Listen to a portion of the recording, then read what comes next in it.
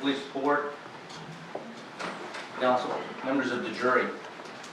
First thing I want to do is thank you for your patience and your service and your sacrifice.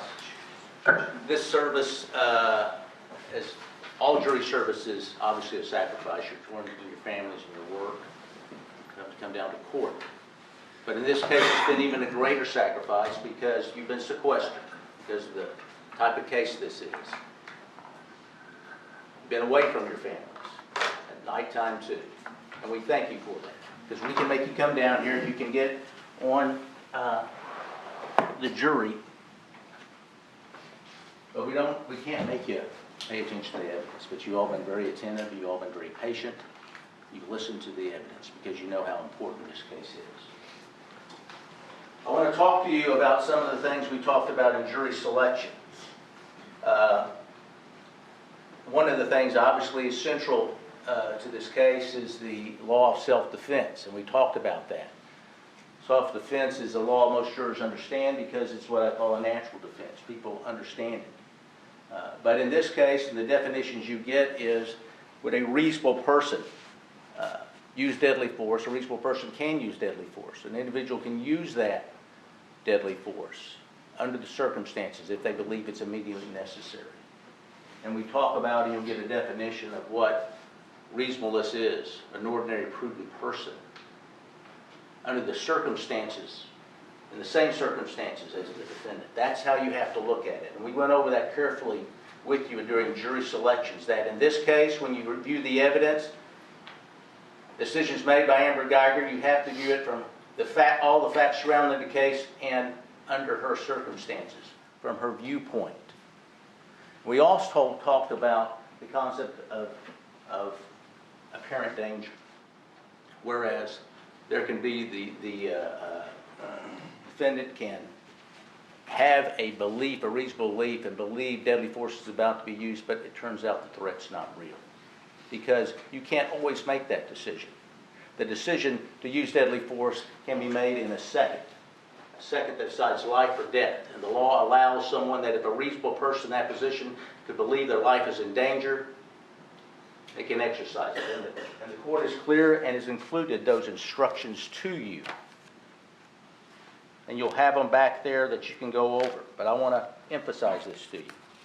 When a person is attacked by unlawful deadly force, or she reasonably believes she is under attack or attempted attack by unlawful deadly force, one or more persons, and there is created in the mind of such a person a reasonable expectation of fear of death or serious bodily injury to herself at the hands of such attacker or attackers, then the law excuses or justifies such a person resorting to deadly force by any means at her command to the degree she reasonably believes it may be necessary, viewed from the standpoint at that time to protect herself from such an attack. In considering such circumstances, you should place yourself in the defendant's position at the time and view them from her standpoint alone. Because the law recognizes that mistakes can be made. It's always tragic. The law is not perfect. It's tragic. But you have to follow this law. And we went over this in jury selection. I wanted to make sure that everyone could follow it. Jurors that couldn't aren't on this jury. 16, you said you could. And recognize how this situation might happen. We hear about these incidents sometimes that are so tragic. A student may come home to surprise her parents, comes into the house from a college weekend. They don't know what's happening. A father could kill a daughter. All these are horrible, tragic things that happen. But that doesn't make them criminally responsible, given those particular fact situations.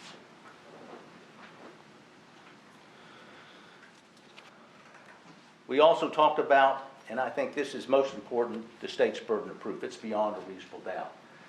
You as jurors have heard it when you grew up, I'm sure, in school, what beyond a reasonable doubt is. It is the highest burden under our law. You don't get a definition, but the court would tell you it's the highest burden under the law. And we talked about what is probable cause. It's arresting someone. When you sue someone for millions of dollars, it's preponderance of the evidence is the burden. When the state wants to take children from a parent's custody, it's clear and convincing evidence. But to convict someone of any criminal offense. And murder, it's beyond a reasonable doubt. The highest burden under the law. That burden is on them and it never shifts. The defense has no burden to prove. And when self-defense is raised under the law, the state of Texas must prove beyond a reasonable doubt the defendant wasn't acting in self-defense. That's the law. When self-defense is raised, when that evidence is raised, the state of Texas must prove to you beyond a reasonable doubt the defendant wasn't acting in self-defense. And if they can't do that, it's not guilty. Same thing on mistake of fact. If they can't prove the defendant wasn't operating under mistake of fact beyond a reasonable doubt, the instructions are clear, it's a not guilty. That is the law. And your oath in this case is to make your decision on the law and evidence. And it's clear. And here's what we're talking about, reasonable doubt. I put this up during jury selection. I want to remind you, just to illustrate how high that burden is. Low, obviously proven not guilty. Highly unlikely. If the evidence shows it's less than likely. Probably not. Unlikely. Possibly not. Clearly, that's not guilty. If the evidence shows it may not be, or perhaps that happened, or suspected the defendant committed murder. Possibly guilty. Probably guilty. Guilty likely. Guilty highly likely still doesn't reach that burden of beyond a reasonable doubt that you're required when considering these issues in this case. Don't forget that. It's a cornerstone of our Constitution that separates us from all of the countries in the world. And you've promised and taken an oath that you'll abide by that. When we talk about beyond a reasonable doubt, it's talking about it's a doubt based on reason, using logic. And what the state has to do, and that burden never shifts, is rule out every logical, possible, reasonable doubt. And they can't do that in this case. They can't do that self-defense issues. They can't do that on the mistake of fact issues. I also asked you in jury selection to do this, and it's so hard, it's human nature, to keep your mind open throughout the whole trial, to wait till all the evidence is in, and then review the court's charge, the law, and apply it to the case. It's very hard to do because in human nature, we want to start making decisions right away. We get angry, we get emotional when we hear evidence, and you want to start forming your opinions. But you have to use the discipline not to do that. And you all promised you could do that. The other thing you have to be careful of, and there's an instruction on that in here, is that you don't, as the jurors in this case, decide this case on emotion and sympathy. That's hard. Especially in a case like this. You'll never see a case like this that's so tragic. So tragic. It's hard to do as jurors. Who would not have sympathy for Bob and John? Wonderful human being. Died in these horrible, tragic circumstances. Who would not have sympathy for his family? Or anyone in that position? Everyone does. But that is not part of your consideration as a jury. You can't say, I feel so horrible, I'm going to make something happen. That's hard to do. You have to calmly review the evidence without that emotion. And follow your oaths. They don't want you to do that. They want you to be angry and upset. Because that's what they need to do, because they can't get over this burden of proof beyond a reasonable doubt otherwise. They want you charged up. Now, I'll ask you to follow the law, because if we have jurors who are deciding things on emotion, then bad things can happen in criminal cases, and that's why the law is so clear. And you all promised that you could do that, and you could use that self-discipline. And we want you, we believe you. We want you to adhere to that promise. Here's the other thing. This case is different because there's been so much publicity. We had specific questions about it. Everyone's heard about it. It's been covered and covered and covered in the press, on social media. But all of you said, yes, if you heard about it, you put those things out of your mind and recognize the importance of deciding this case just on the evidence here in the courtroom. Because all that media coverage, everything you see on Facebook or any other social media, hasn't heard the actual evidence. You have. You're the only ones in the unique position to do that. The judges safeguarded this, made sure that jurors would be on the juror who had not formed opinions and could make these decisions. She sequestered you so you could avoid these pressures. And there is tremendous public pressure in a case like this. But I'll caution you, you as jurors have to ignore that, and that's very hard. Because people are upset about this case. It's emotionally charged. But if a jury starts making decisions because of public pressure, or, well, will they respond if I find this way? We can't get true justice in this country. Jurors must make their decision just based on the evidence and not how they think people want them to find. And I'll ask you to always have that in the forefront of your deliberations when you calmly and without emotion review this evidence. I want to talk about some other evidence. I had a slide up in jury selection about distraction. You need to concentrate on what the evidence is of what happened outside the apartment when Amber Guyger went in and what happened inside. What led up to it. Those are the circumstances. The circumstances viewed from Amber Guyger and the decision she made. That's what's important, because we heard all kinds of evidence about things that happened after the shooting happened. All kinds of evidence. That's a distraction, because it has nothing to do with the decisions were made in that apartment and just outside the apartment. Let me give you some examples. We heard about questions about should he use the walkie-talkie. She used a cell phone. Should have used a walkie-talkie. That's proper procedure. What does that have to do with beyond a reasonable doubt? Mistake of fact. Reasonableness. What does that have to do? The incident happened. And when you look at the evidence, how quickly did an ambulance and officers get there? Within 2 minutes. Sergeant Valentine said she got there within 1 minute.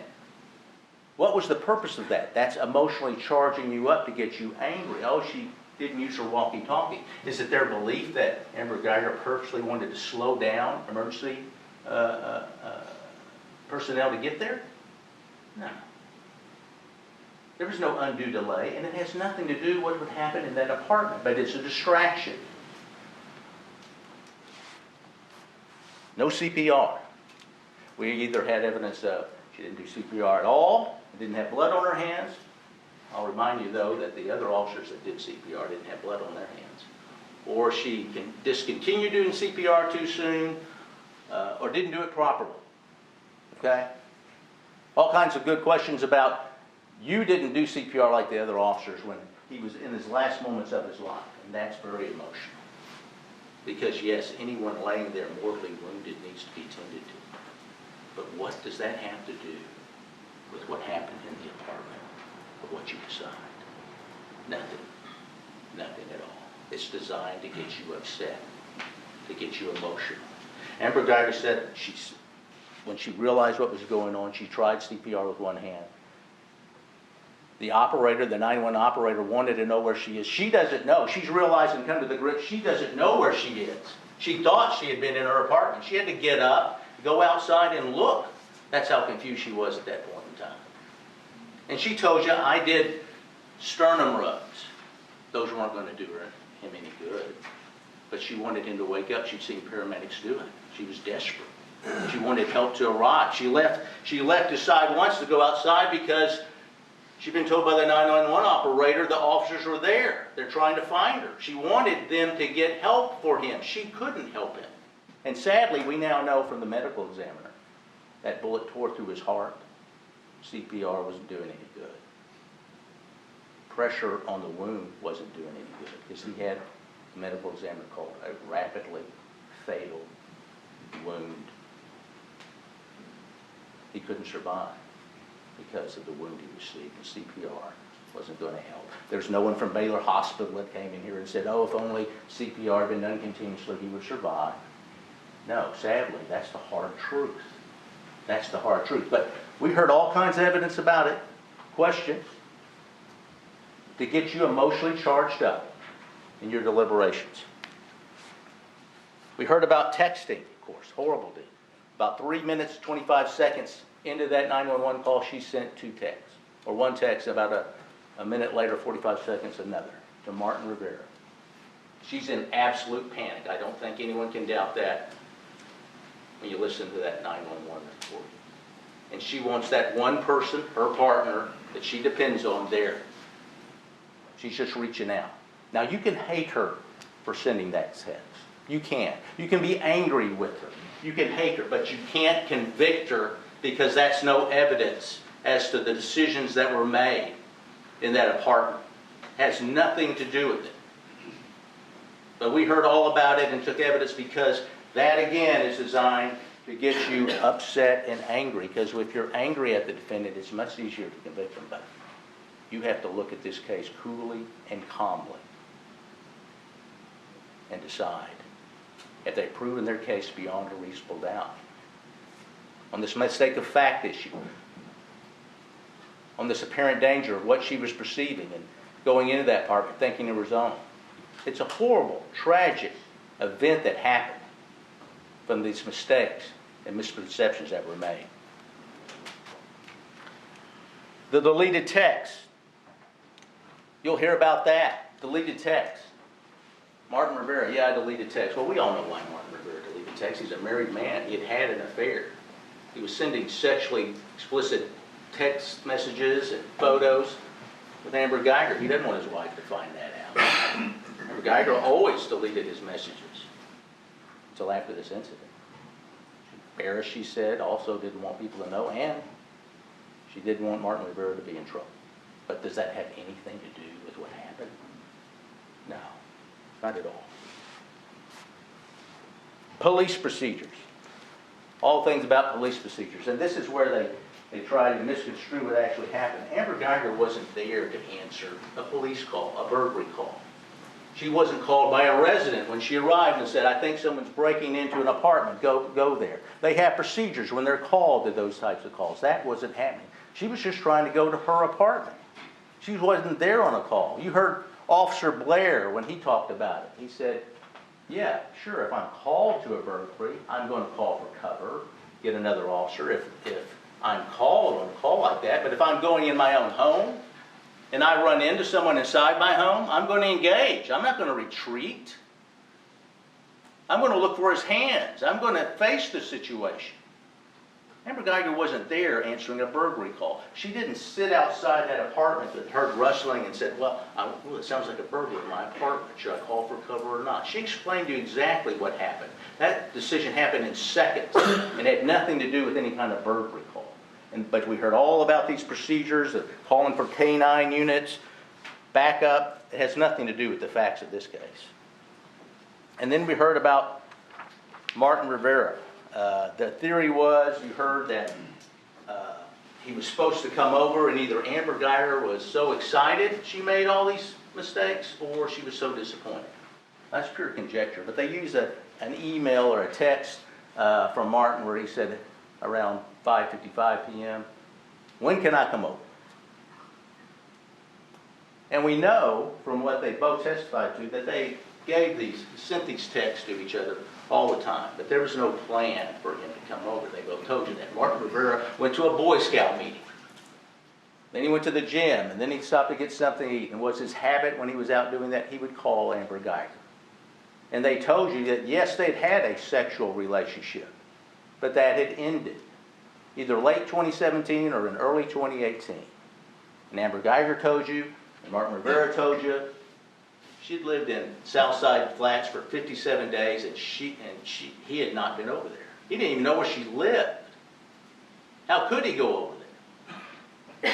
And we know they're telling the truth about that because this table, with their investigators, the Texas Rangers, their prosecutors, their technology, if they wanted to track Martin Rivera and prove that he lied, that he was always over at the Southside Flats, they could. They know what to do with cell phones, cell towers, videos, information from cars.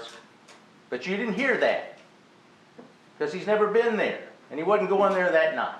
Amber Guyger was just wanting to go home. Work out, take the next day off. Martin Rivera, he's going to work the next day. They weren't having a date. She wasn't distracted. Where she made a series of horrible mistakes.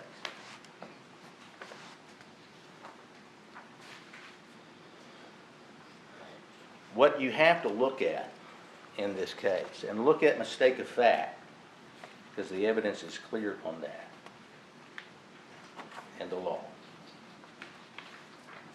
A person's conduct that would otherwise constitute a crime of murder or manslaughter is not a criminal offense if the person, through mistake, formed a reasonable belief about a matter of fact, and the mistaken belief negated the kind of culpability required for commission of the offense. The defendant is not required to prove that she made a mistake of fact.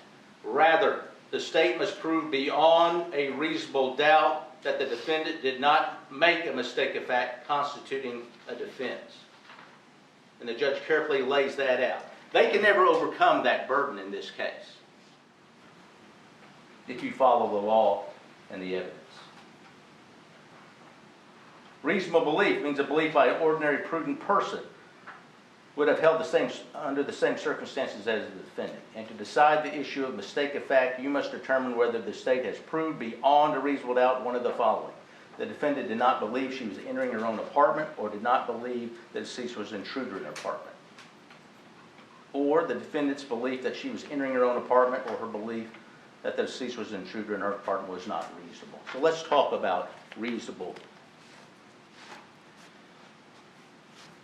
We know from looking at the photos that that garage was not clearly marked. We know that from Detective Clark, who gathered all the evidence and she was putting the photos in. She didn't even know the difference between the third and fourth floor. She said that on the stand. I can't tell the difference. There were no large markers until after this shooting occurred on there. Just small little markers of where the fourth floor would be on the inside of that elevator. They look just alike. People make that mistake all the time. We know that. We know that their own witnesses, Josh Brown, has gone to the wrong hallway and gone to the wrong apartment and put a key into it. But they did something else, because obviously Ranger Armstrong gets on the case the next day and he knows, hey, we need to figure out if that's reasonable. People actually do this. And so what did they do? They brought a bunch of Texas Rangers out, they brought investigators, and they canvassed that entire complex because they wanted to know if this had happened to anyone else. And you'll get the statistics, and he testified to them. Could have the next slide, please.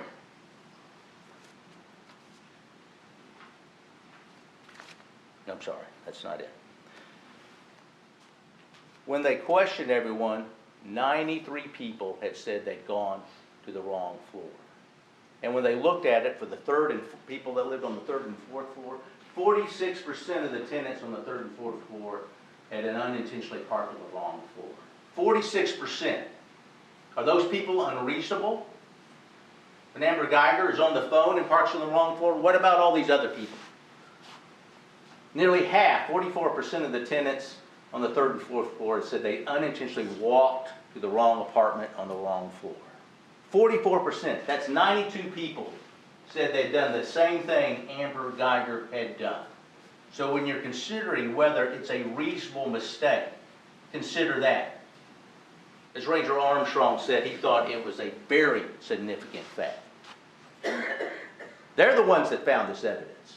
Their lead investigator and the other Rangers, they found it. That's the evidence. What you consider, if this is reasonable mistake of what a person would do in this case. They can't hide from that fact. It's right there. They found it. What about their own witnesses? You know, we heard on opening statement, Mr. Hermes said Amber Guyger went past 16 apartments. She was on the wrong floor. She didn't see the roof line when she went across the bridge. She missed or didn't see mats that she should have been familiar with. She missed the big chromatic plant or whatever. Should have realized that. She made horrible mistakes. Yet it happens all the time. Whitney Hughes, a witness for them who lived across from Mr. Jean, said, yeah, I parked on the wrong garage twice. And I went with her down the hallways. I showed her, okay, there's a river rock mat. No, I missed that. She may have saw some other mats. Said, I'm not sure. As in regards to that plant, I saw that, but I thought maybe the neighbor put it out. People do that all the time. She went to her own, what she believed to be her own apartment. And her own apartment has a brown mat. This one doesn't, we can see in the video. And she put the key in. It wasn't until then that she looked up. Their own witnesses have made the same mistake. Josh Brown made that mistake. It happens all the time. We brought you other witnesses. Mr. Lipscomb, who went to the wrong floor and wrong apartment about a dozen times, he told you. He went once when he came out walking his dog and went in all the way in, saw a woman sitting on the couch and still didn't realize he was in the wrong apartment. We've heard evidence of doors not working properly, people not being able to find their friends there, the numbers being confused. They're up high, as Whitney Hughes said, up high, not on the door like you normally see. It's confusing, the very design. And now, finally, this evidence, the door being ajar, is so important when deciding the mistake of fact, the reasonableness of what Amber Guyger did. Because she told you, it's been her story, when she walked up to that door, the door was ajar. Now, this would be the view from the inside. The door was ajar. We know how the lock works. You have to put the key in. If it's shut, if it's not your key, a red light will go off. You have to turn it if a green light comes on, and then you have to turn the handle. That didn't happen in this case because the door was ajar. And how do we know she's telling the truth about that? Because Ranger Armstrong went on September 8th to video the inside of Mr. John's apartment, and he closed the door behind him. And then when they were video in the room, they eventually came to this. Now, you didn't see it when the state played it, but we played the rest of it, and we came to this. They saw that the door hadn't shut because there's a problem with the strike plate. It doesn't shut, and it didn't shut on that day. And they videotaped it and have it documented. So all you have to do when you put the fob in is it makes the door open. Not only that, they came back in October. Ranger Armstrong came back with people from the district attorney's office. They said it was the same time of night, the same weather conditions, and what did they find?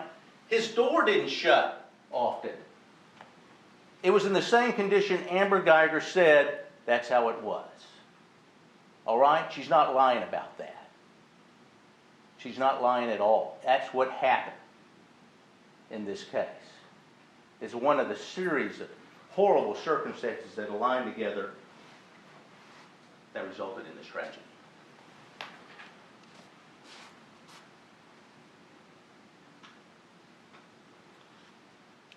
All these other people have gone to the wrong apartment, put keys in. And that's what happened with Amber Guyger. She walked down that hallway just like all the others did, except she had something else different.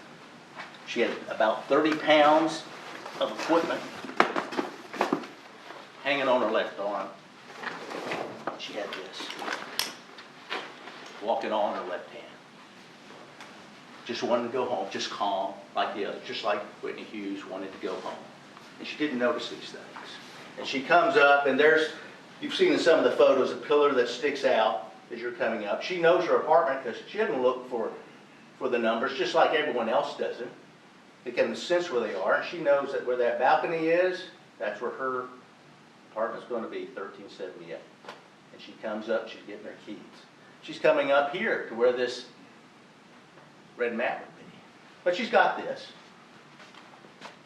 And it could easily obscure what she's doing, and she's not looking at the ground. And we know that 43 inches is how high it is, and she's 5'3" maybe. So she's not looking down here to put it in, it's here, right about here. And she's not thinking anything in particular at all, just has her equipment. And she described to you what happened. And it takes a long time, and they want you to think it happened a long time, but it didn't. It happens in seconds. And she told you how she went from complete calm to complete panic. And you've all experienced in your life, thank God not in this kind of situation. Ranger Armstrong said, yes, it can happen. You get the tunnel vision. Your heart suddenly kicks in. Blood is rushing because suddenly you feel in danger. You may have experienced that when you're driving down the highway and you wander another lane, or someone wanders in your lane, or some child runs out in front of you. You have to slam on the brakes. Calm 1 minute, you have to react. You have to avoid a collision. You have to avoid a child. And if you do so, what do you feel? That heart beating, sweat. It happens in a nanosecond, and that's what happened. And Amber Guyger explained to you what happened. She walks up. She doesn't wait outside or anything. She's putting the fob in. It's going in. Right at that second, she sees the door that's ajar. The very motion of that pulls the door open. And the very same time, she hears rustling around. All those things come together. Her test tightens up and she says, my God, someone's in my apartment. Because she left it locked. Someone's in my apartment. And that door's opening up. She doesn't wait around at that point and decide to charge in. It's opening up all in one motion. This is all happening in 1 second or two. And she pulls that door open and the lights are off. And she's face to face there at the end of the apartment with a figure. And her heart is beating and she is scared. It's a reasonable mistake anyone could make. And her gun is pulled out. And she points it at the figure. And she tells you what she said. Training kicks in this. Let me see your hands. Let me see your hands. But he's moving around. That frightens her. He doesn't comply. In fact, he comes forward. He's walking. And he's saying, hey, hey, hey. All she's thinking in her mind is, ignore my gun. He must have something. He's coming to harm me. And she has to make that split-second decision. And this time it ended in tragedy. Give you 31 minutes. Thank you, Judge. And he fell.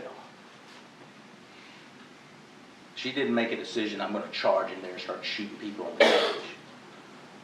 He fell. And the physical evidence shows that she's telling the truth. Because Ranger Adcock said, yeah, the casing's there. They're in the kitchen area. When we do our laser from where she says she was, that matches up to the second shot, probably, because of the recoil with one hand.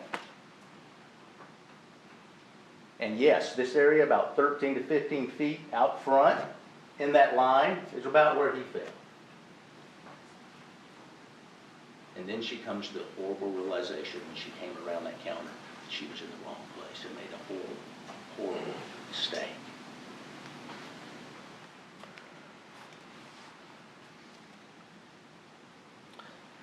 That's what they have to prove beyond a reasonable doubt, that she didn't make a reasonable state of fact, or she didn't believe that was intruder, or that she didn't exercise the apparent danger of believing there was a threat. They have the burden of proof to prove that beyond a reasonable doubt. What do they do that with? Josh Brown, nice kid. He was their ear witness that was out in the hallway. He was about to come around the corner, and what did he hear? He said he heard two distinct voices. He didn't know if they were man or woman, but two different voices, like talking at the same time. He can't understand what they're saying, but it was like they were like surprised with one another, like they came in on one another. That's the tone, and that's important. Like they're surprised at meeting one another. That's the tone he heard. He couldn't understand what they were saying. And they get him to say, well, you didn't hear any commands. Well, he can't understand what they're saying. He doesn't know what Amber Guyger is saying. Okay? But the tone's important, because what does it do? It matches exactly what Amber Guyger says. She's saying, let me see your hands, let me see your hands. Both saying, hey, hey, hey. Josh Brown corroborates Amber Guyger's story. He didn't go to proving beyond a reasonable doubt that she wasn't acting reasonably under mistake of fact, or beyond reasonable doubt that she wasn't exercising self-defense in what she mistakenly believed at that time. He corroborates exactly what went on. Then we have Miss Kingsley, who lived next door. She said, you know, I've only heard people over in Bo's apartment one time. That's when he was watching the NBA Finals, and his back door was open and my back door was open. Otherwise, I can't hear in his apartment. And she's talking on the phone, and she hears something. She thinks are shots. And then she says, I heard a man and woman kind of yelling.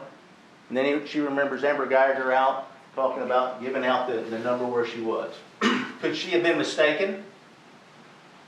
Which Josh Brown says the conversation happened before, right before the shot. She says right after. Doesn't mean both are lying or either one of them's lying. Could she be mistaken? Yes. Then you had Miss Hughes, who lived across the hall. She didn't hear anything beforehand, but she told you, no, I can't hear my neighbors in their apartments. She was watching TV doing her nails, and she heard two loud bangs. She doesn't help them prove their case beyond a reasonable doubt.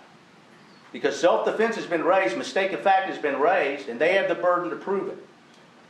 But they can't do it with those witnesses. The 911 call. Amber Guyger's on 911 in a panic. Prosecution wants you to believe that's some kind of interrogation, and because she didn't give those specific facts, somehow that means she wasn't in fear of her life because she didn't say I was shooting in self-defense. She's in absolute panic. She's not being interrogated and giving a statement. You can't rely on that at all. And finally, there's the bullet angle. They have said in their opening, and they keep saying that Botham Jean was on the couch, yet there's no evidence of that.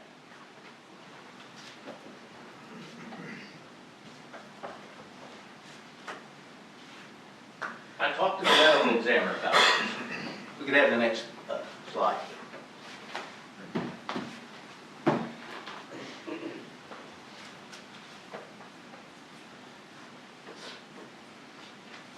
Amber Guyger said he was coming forward, and it was fired. And the medical examiner said, look, I said, is this possible? Because we have our angle, all right? If someone is coming forward and they see a weapon, is it possible they could duck? He said, yeah, bodies are fluid. People, when they're frightened, move quickly. Someone's going to shoot at someone, they're going to try to avoid it. And that's how you get this angle. He says, all I can tell you is that's the trajectory of the bullet. How they were positioned could happen many different ways. But yes, he said, yes, that could very easily be the situation. So when he's coming forward, that's what you see.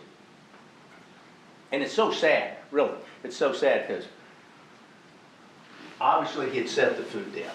Go to the next slide, please. Next one, please. Next one, please. You can see the bowl, but the spoon is pointed away. You can see the computer. He just set the bowl down. The lights are off. When he went home, he didn't know his door had left ajar, obviously. He didn't know that. He has ear pods in his ears. He can't hear. He's paused that TV. We know that. He paused it. He wasn't watching TV, probably to go fix his ice cream. And then he set it back down. He hadn't had a chance to unpause it. And then that door opens. And all he can see is a figure coming in. And why isn't he? Of course, he wants to know who's there. So he is saying, hey, hey, hey. And these two people have come into this situation, this tragic, tragic situation, and it's resulting in this horrible tragedy. It's like a horrible, perfect storm has come together, and this happened. Then we have the state's version of what may happen. They say, well, he was on the couch. There's no physical evidence showing he's on the couch. Yes, the bowl of ice cream is there. And if I could have the next slide, please. There it is. Look how the spoon is. It's not as if you're eating. We saw another photo of it's piled up. It had just been placed there. The cookies are still there. There's his computer. The TV. It's the game center. It's all on pause. Everything's on pause. And I said, okay, what would the angle be if he were sitting on the couch? Well, first of all, we went over painstakingly that if a person's going to get up off the couch, they may do it like this, depending on their physical, how they're built, how comfortable they are. Or, yes, you could have it. But if you're going to be shot in this position, you're going to be leaning over like this. Okay? That's how it would have to happen, as if you were getting up. Okay, if you're getting it shot in the heart, pierce your stomach, your lungs, is it reasonable to expect you might fall backwards on the couch at that point when you're hit by that round? There's no blood on that couch at all. We know that. The police looked. The DA's office was out there. No one saw blood. Is it reasonable, using your logic, that if you're in this position and you're getting up, leaning forward, and you're shot in the heart, you might fall forward, and if you fall forward, you're going to hit that computer, that ice cream, all those items. He's a 247-pound man, 6'1". That ottoman's right there at his knees. How did he avoid hitting that if he's shot in the heart getting up off the couch? And then, under their theory, he has to get up and walk about 7 feet towards the person that just shot him, then fall backwards. And we know where he hit because his ear pods popped out of his ears. And the only blood is right there. What's more reasonable?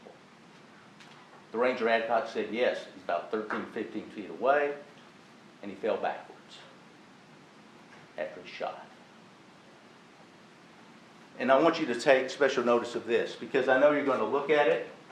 You see that little brown or reddish mark? I don't know if they're going to argue that's blood showing Botham Jean coming across, but we know it couldn't be. I asked the paramedic, Farley, hey, when y'all came in there and exchanged the body, there was a body, put it on the stretcher, there was a lot of stuff going on. Could blood get transferred, get it flung about? Yeah. Next slide, please. No, the other way. We introduced this into evidence. That's from Officer Gwynn's body camera. Botham John is on the ground. He's being tended to by all these officers. But look, that area where you saw the red spot, nothing's there. The flashlight caught it. Nothing's there. So whatever was placed there later happened after he was shot and on the ground. Most likely when he was transferred up. But nothing's there. There's no physical evidence that puts him on the couch. And their scenario makes no sense. This is a sad, sad, sad case. We'll ask you to follow the law and the evidence. It's one of those cases that no one would ever think would exist. And it's one of those cases where there are no winners. A wonderful human being has lost his life, but the evidence shows it's just a tragedy, a horrible, horrible tragedy. Thank you.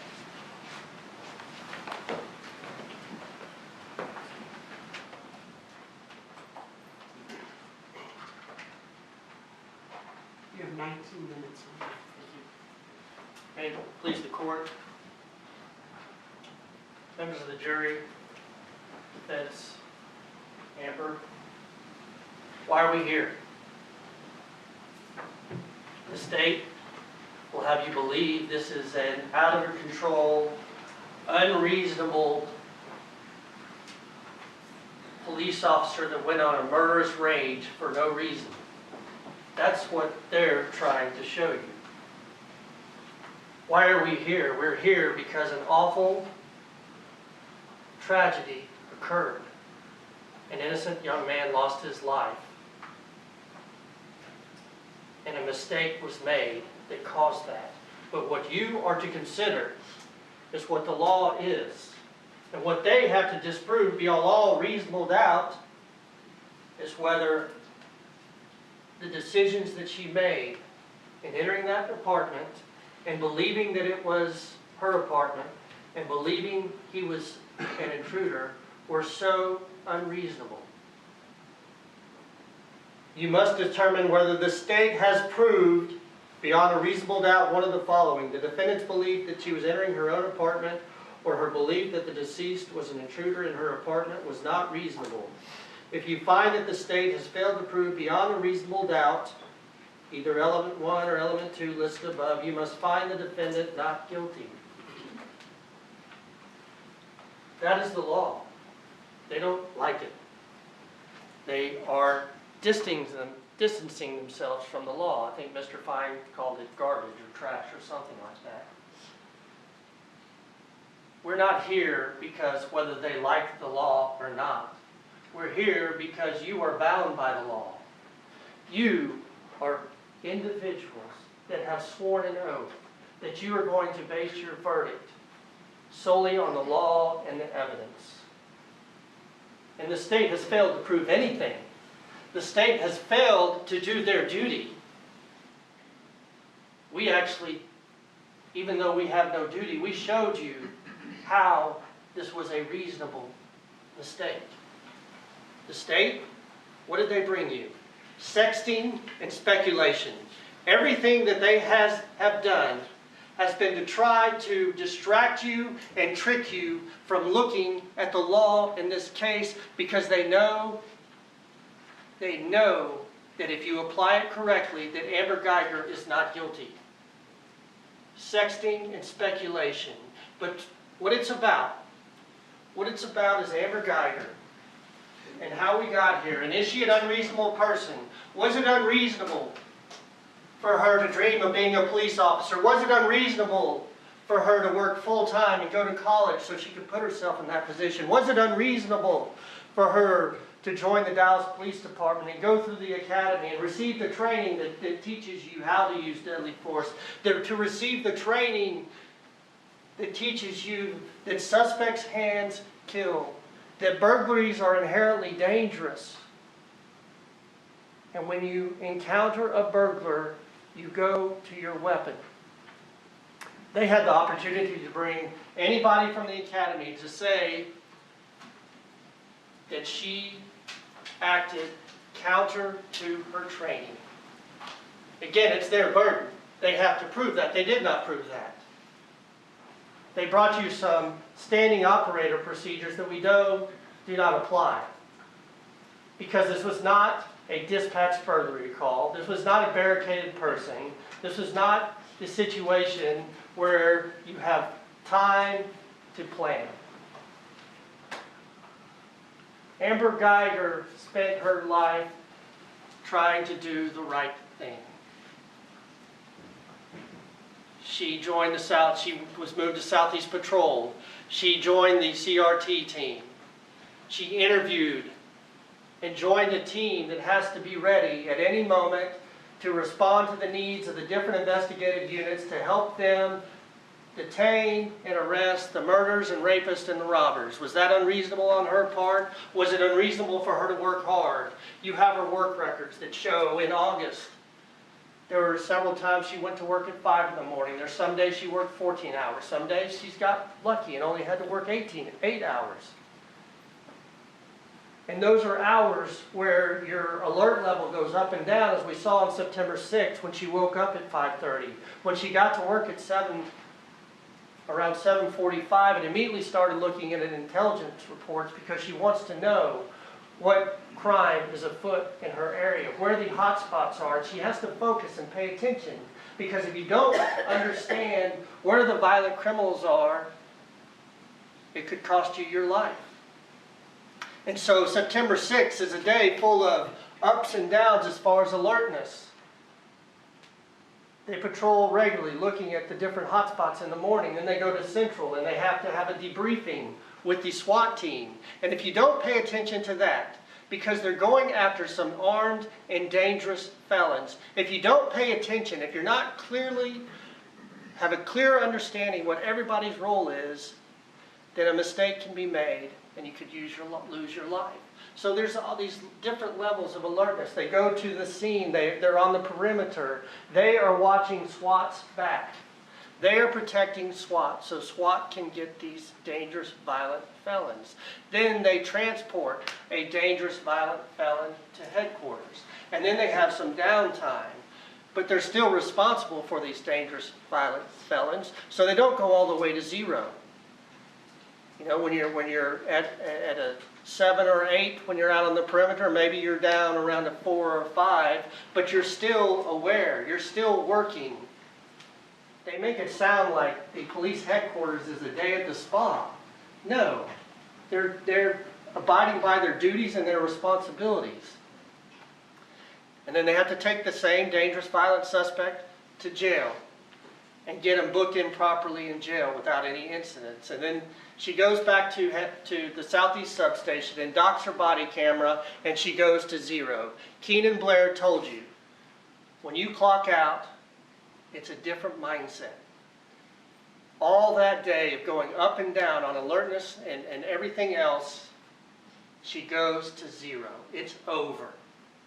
And she gets on the phone with Martin Rivera, and there is zero evidence. They brought you zero evidence that was anything other than a phone call.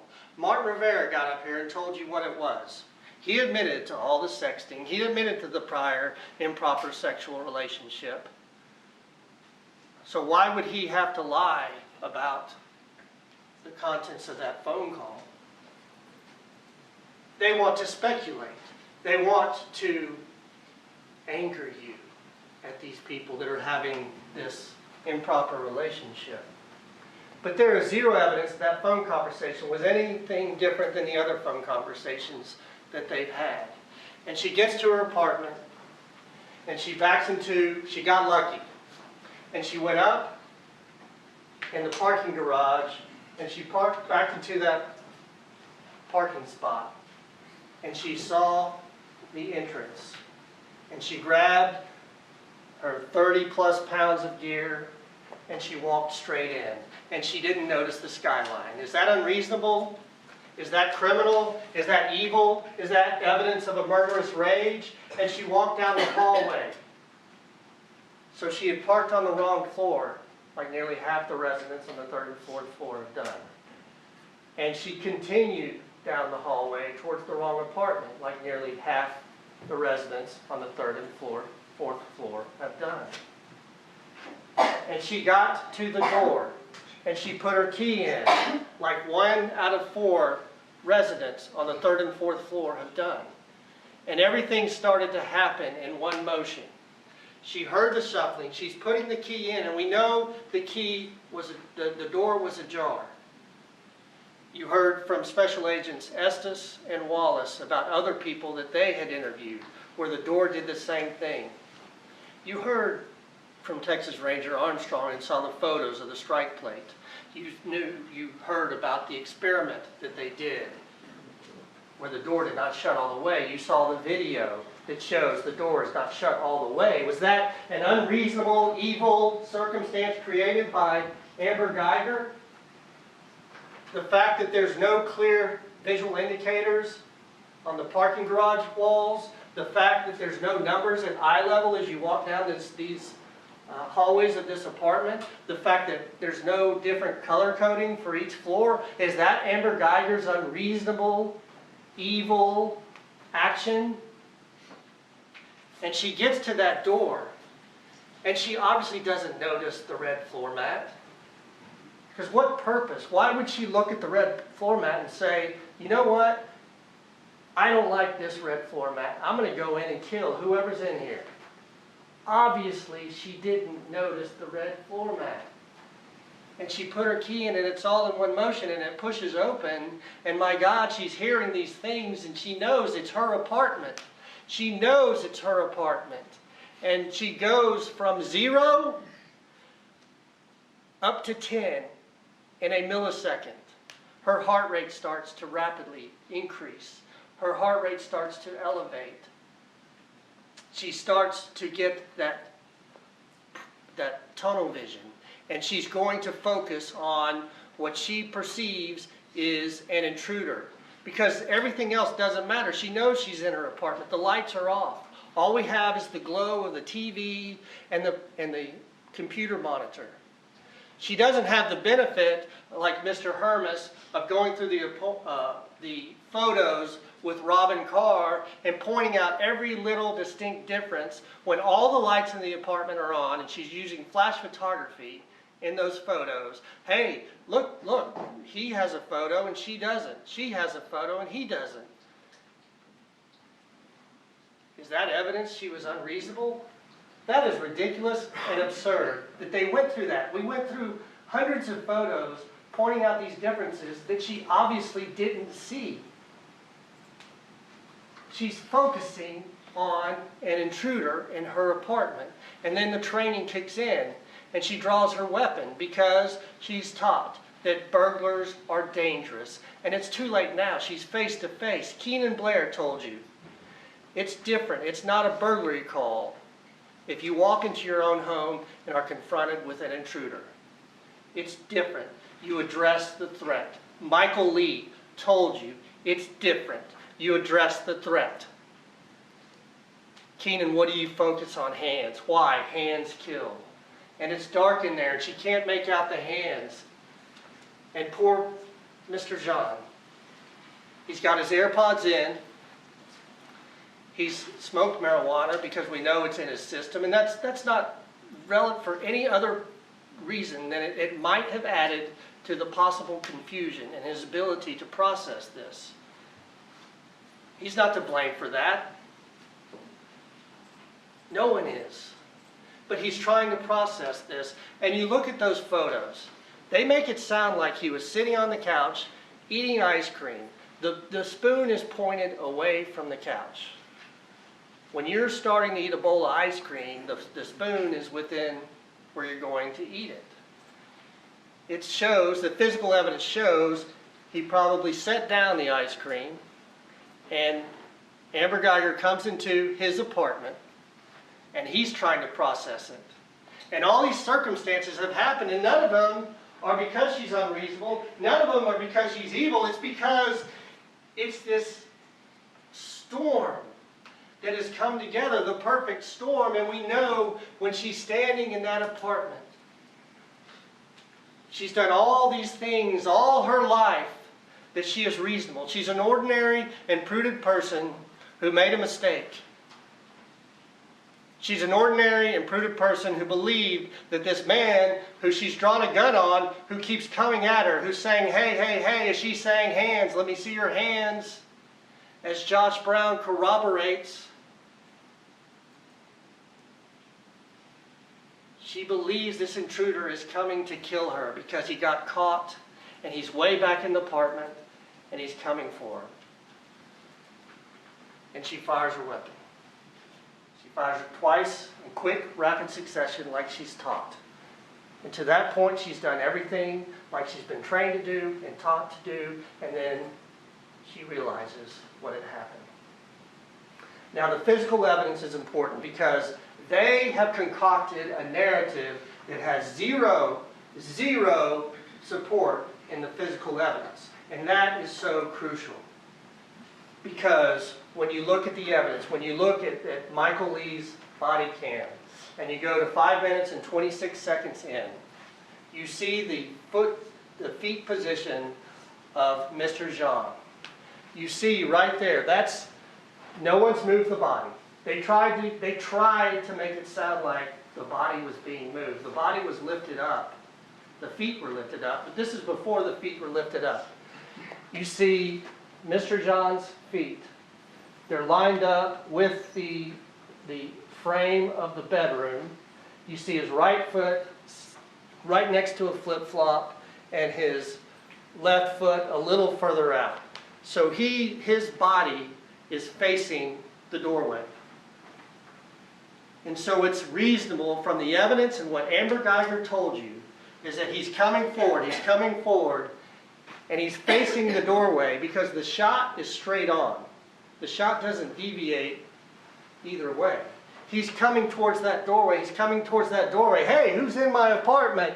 And he sees the gun. The last thing she saw is this figure that's upright coming at her, and he gets shot. And that's consistent with the angle. And that's consistent with him falling right here because he had a rapidly fatal wound. It is pure conjecture, it is pure speculation to try and say that he would have taken 2 purposeful steps. That is out of the imagination of the state of Texas. Yeah, 3 minutes. Thank you, Judge.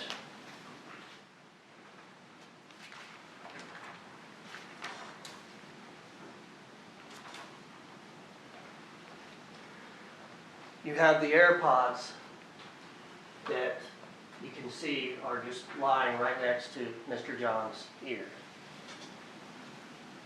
I find it hard to believe and hard to fathom if he was somehow getting up off the couch that he would have perfectly navigated the ottoman, walked towards the person that just shot him. So for some reason, he's been shot. He's walking perfectly in a straight line towards the person that just shot him. The AirPods are still in his ears and somehow stops and falls back. That is preposterous. That is the conjecture that the judge has told you not to engage in. The investigation by the Texas Rangers. So the Texas Rangers come in. The Texas Rangers, one of the most elite investigative units in the country. And Ranger Armstrong told you what he did. Because he wanted to know, his focal point was her coming to that apartment reasonable? And every step he took of the investigation and everything he did showed that it was. The canvas, was that significant, Ranger Armstrong? Oh yes, it was significant. The door, well yes, it does. It corroborates Amber once again. The parking garages, the layout of the apartment complex. The physical evidence corroborates what Amber Guyger told you. The state of Texas cannot bring you one shred of evidence, anything that shows that she was unreasonable. The state of Texas cannot bring you one shred of evidence to support their absurd hypothesis about him sitting on the couch. Ladies and gentlemen, thank you. Thank you for your time. Thank you for letting us take you away from your families. This case is a case that depends upon you to look at the law and look in the evidence. And it's clear, if you find the state has failed to prove that she was unreasonable, if you find the state has failed to prove that she was unreasonable in her belief that Mr. John was in her apartment and that he was an intruder, you must find Amber Guyger not guilty. Every single one of you has the power to say not guilty if the state did not prove this case beyond a reasonable doubt. If a single reasonable doubt remains, each and every one of you has the right and the responsibility and the duty and the courage to say not guilty. Ladies and gentlemen of the jury, the evidence is clear. We've proved it. They certainly have failed to disprove it. That Amber Guyger firmly believed, reasonably, that she was in her own apartment. That Amber Guyger firmly believed in those seconds that she was facing an intruder. The law is clear.